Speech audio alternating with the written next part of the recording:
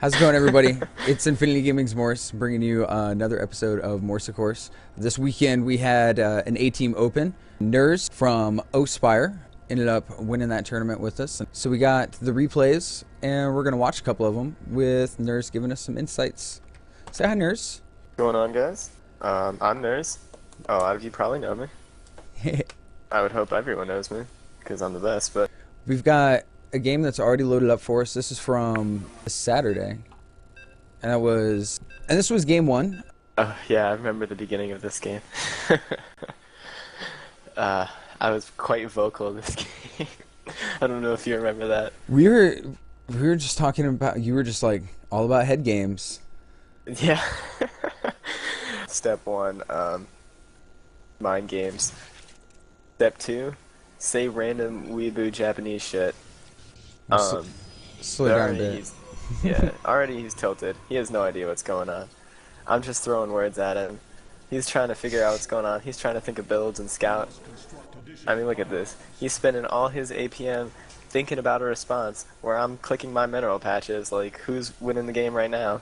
I'll tell you who. NerrZ. You're down 2 food. Yeah, but he's... Yeah, NerrZ, but... dude. He's building 2 drones at a time. Like, this is standard. Don't worry, I have chrono boost, broken as hell. Also, you want to call people a nerd on the internet while playing StarCraft 2, because, well, it's true. You know they are. It's Yeah, not slander. Can't argue that. Just doing the standard wall off here, gonna get the gateway. Pylon. I'm still talking because, like, I am an asshole. Oh my god. I'm just like, why are these players still chatting? And then I realized it was me. Oh yeah, he's so confused that he loses his overlord. I so remember guess this happening, and I was just like, This oh is my actually gosh. hilarious. Yeah. No. Could have been like just out of range too. I think that's when conversations kind of... Oh my god, NerrZ, you're a flamer. Right?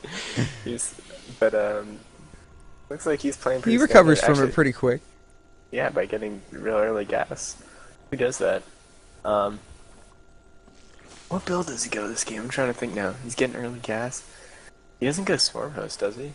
I do not recall. No, he doesn't go Swarm Host. I know he doesn't do that. No, he transitions. I do like a Stargate push, right? Yeah. I believe so. We'll find out. I think it's I don't have Roach. +1. I think so. I think he does like a Roach counterattack after my Stargate shit fails. Alright, so your cybernetic score just popped. You've Yeah, been I'm already a rocking little, double like, gas. Yeah, I'm not gonna get my other geysers until about 50 or so. Mm-hmm. Like around there. You don't really need them earlier than that, unless you're doing like a high-tech play, but I'm doing like a more aggressive play. So I was already like a little confused, because if you check, like I'd scouted, he had no third, and it was like a long time, so he was doing something weird. I've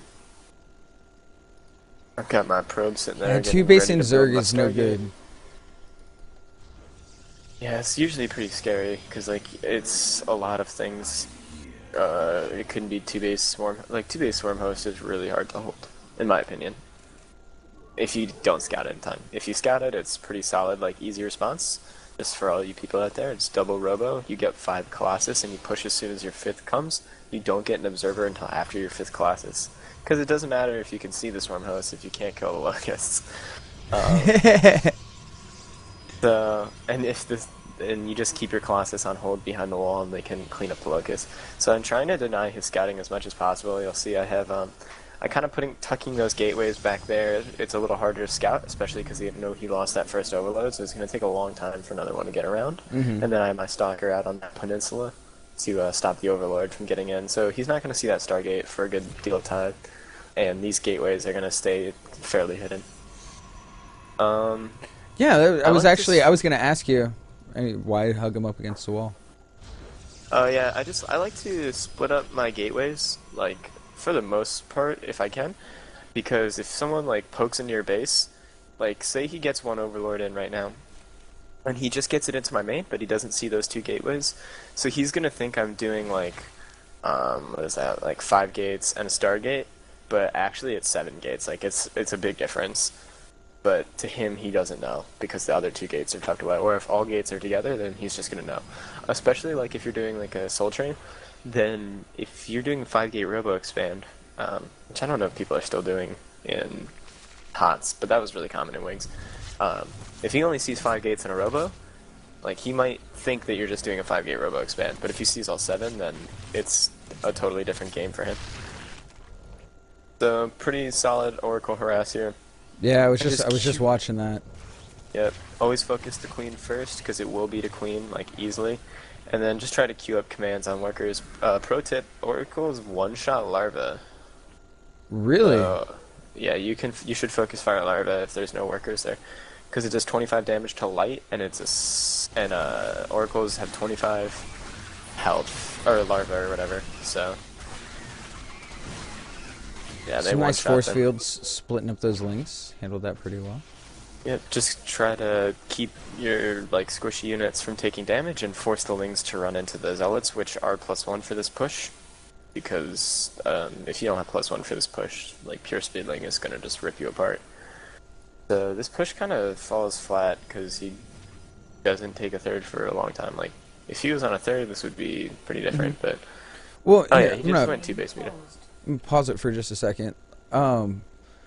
So what else is going on with this push? Like this is a timing window you like to hit against Zerg at the 10-minute. Yeah, so I go 1 Oracle into like a small gateway, not even small, like a moderately sized gateway army, and then follow up with like 2 Void Rays. The Void Ray follow up is because if they panic, they're gonna flood roaches usually, and if the 1 Oracle is, you can throw it into the mineral line during the push and wreak havoc if they're microing their units, and you want to get that first to build up the energy. And this lets you kind of safely switch to Robo, because you see I already have the Robo halfway done, and I'm floating a ton of chrono energy because I'm terrible. So I just poked into my base and got really upset about that. But yes, so this push is kind of to force unit response, so you can't just macro freely. Gotcha. And All right. also, when he sees that Oracle, he's gonna know Stargate. He's gonna, I mean, most Zergs go Hydra, like Roach Hydra anyway, but you're pretty much confirming a Hydra force, and then the Colossus follow-up is a solid counter to the Hydra force. So I probably should have scouted here, because, you know, Yeah. otherwise I would have known, like, not to do this and just... But this is a blind attack, game 1. I was just like, alright. So at this moment, I know that the amount of stalkers I have can't take those mutas, so I just say YOLO, and I just right-click on that hatchery, because if I don't kill this hatchery, like, I'm gonna lose anyway. So I needed to do at least something. So I get the hatchery. So close at engagement. Yeah. Like you barely got that off. I remember just being like, "Oh my god!" So then quickly, I'm gonna. By the way, just don't go more than like ×2, because I'm on my laptop and it doesn't really like that. Gotcha.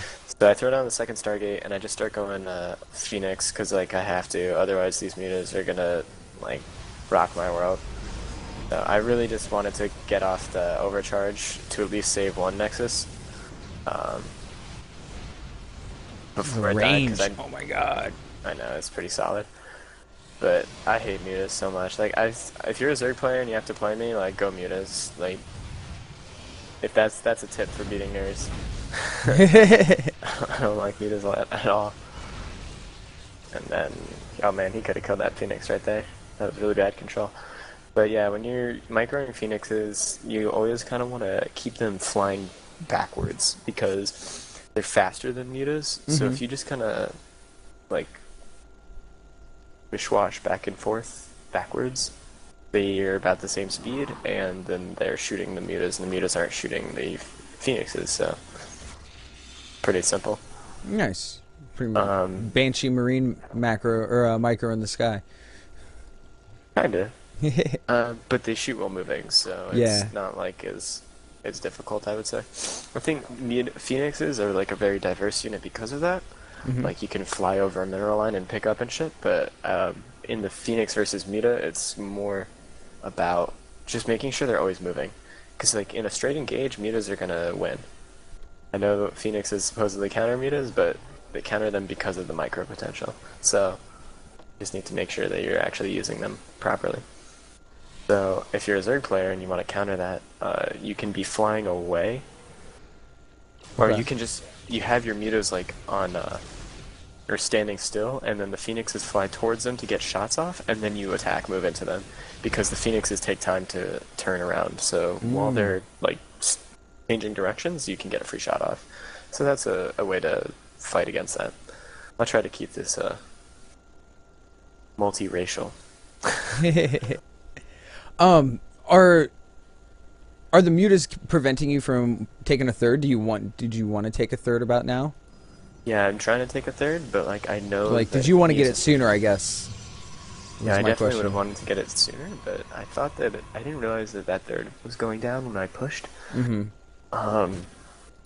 Like I thought I was more ahead than I was, so it wasn't as pressing, I guess. Gotcha. But if you look here, like I'm getting range and +1, and I have like 10 Phoenixes to deal with.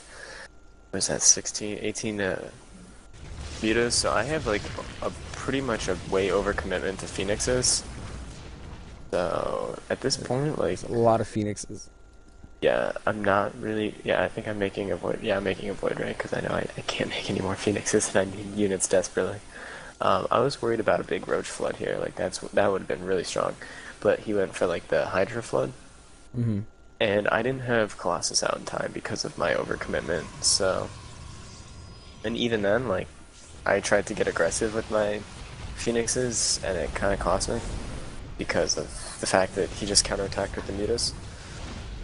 There's another mothership core, so my Phoenix were all the way on the wrong side of the map, Mm-hmm. and then that was really bad by me. But I think I cleaned up all the mutas here, so in the end it doesn't matter. Yeah, I get all of them here, I believe, unless he makes more. But as you'll see, my Colossus Den is really like just finishing now, so he's pretty set. Even though he lost all his mutas, like I don't really have much of a ground army. And he's like switching out 2 Hydras, and he's just taken his. And you just like, scouted the another base. fourth. That's been sitting there for a while. I mean, I've got pretty decent information about how many bases he's on, but his tech choice, not so much. I mean, I think I had an observer to check, but at this point, I just like didn't have the units. I didn't have enough units because of that overcommitment, and this was kind of bad by him. He should have engaged with everything together. He lost too many wings for free. Yeah. Like, he's lost more than me by like a decent amount, so I've been pretty cost efficient, but he denied that third for too long, for it really to matter. And he has like so many more, he's like spent a lot more than me, I assume. Yeah, he spent a shit ton more than me. Yeah. So, even though he's lost more than me in army, he's spent way more in economy, and he's actually spent more than he's lost. Like his, I don't even know how to say what I'm trying to say. He's mined more minerals than me by a lot. So there you go. That's a simple way of saying it. It hasn't hit his bottom line. Yeah. Like, even though I'm being more cost effective, it doesn't really fucking matter. Here, I think, like, I don't know if this is worth it. I'm just trying to get, like, overload kills. Just do any damage I can. They wouldn't even be really all that effective at home. So You do supply block him. for free. Yeah, But but yeah, I mean, that hurts, that Colossus. I don't think I would have won it even with that Colossus. It was a Colossus without range, I believe. So, yeah, a non-range Colossus versus this, like,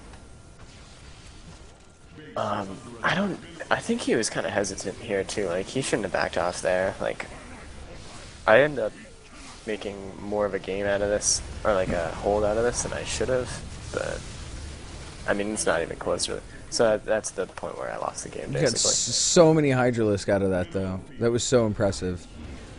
Yeah, but I mean, I lost, so. Because no matter what, I would lose this base, and then, yeah, it's 2 base versus 4 base, and that's game over. So, yeah, you just speed this up. So basically, the main reason I lost this game was because I didn't scout properly. I played way too like greedy. I assumed he was gonna play standard, but he didn't, and that's a good decision by him. Game one, no one knows what's going on really. Like how I don't know how he plays game one, so Yep. um, best to mix it up a little bit. Uh, it was a solid play by him. If you type a lot and then you win, you're cool. And if you type a lot and you lose, you're just an asshole.